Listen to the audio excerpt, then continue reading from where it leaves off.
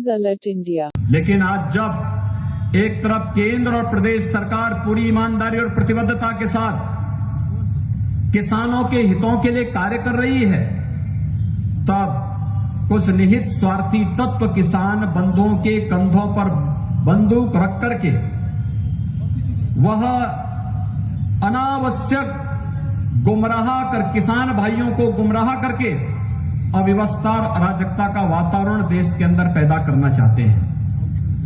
हर व्यक्ति जानता है कि जो किसानों के कंधों पर बंदूक रखने वाले ये तत्व किसके इशारे पे काम कर रहे हैं, जिनको किसानों से कुछ लेना देना नहीं, जिन्हें जब सत्ता में रहने का अवसर प्राप्त हुआ तब उन्होंने किसानों के हित के लिए कोई कार्य नहीं किया, न मृदा परीक्षण का कार्य किया, न कोई उनके लिए फसल बीमा की सुरक्षा की योजना लाई गई, न कोई किसानों के लिए कृषि सिंचाई की योजना उनके समय में आई थी, न प्रधानमंत्री किसान सम्मान निधि उनके समय में आ पाई थी,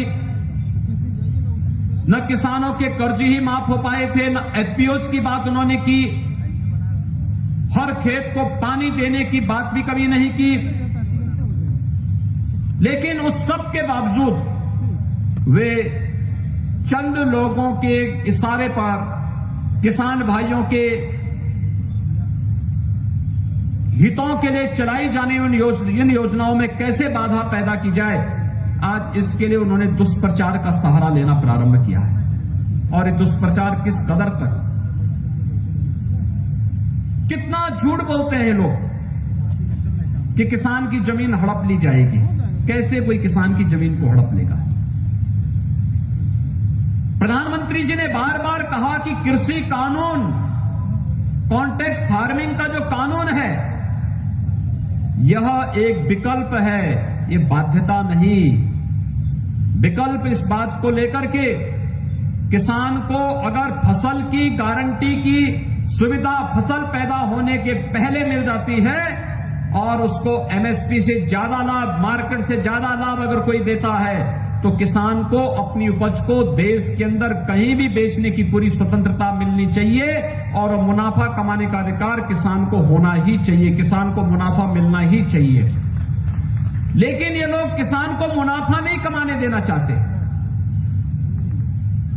जो इन लोगों की प्रवृत्ति रही है, मुनाफा स्वयं कमाएंगे और कर्ज के नीचे किसान को दबाएंगे, और वही गुमराह करने वाले तत्व आज किसान बंधुओं के कंधों पर बंदूक रख करके निशाना साधने का कार्य कर रहे हैं। कितना झूठ बोलते हैं लोग कि मंडियां बंद हो जाएंगी।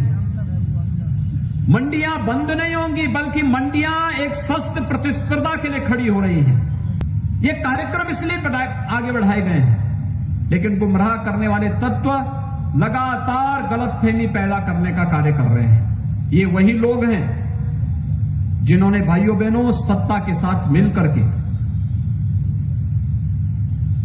पूर्वी उत्तर प्रदेश की आजीविका का आधार और किसानों के जीवन में व्यापक परिवर्तन करने के जो माध्यम थे, यहां की चीनी मिलों को बंद करने का कार्य किया।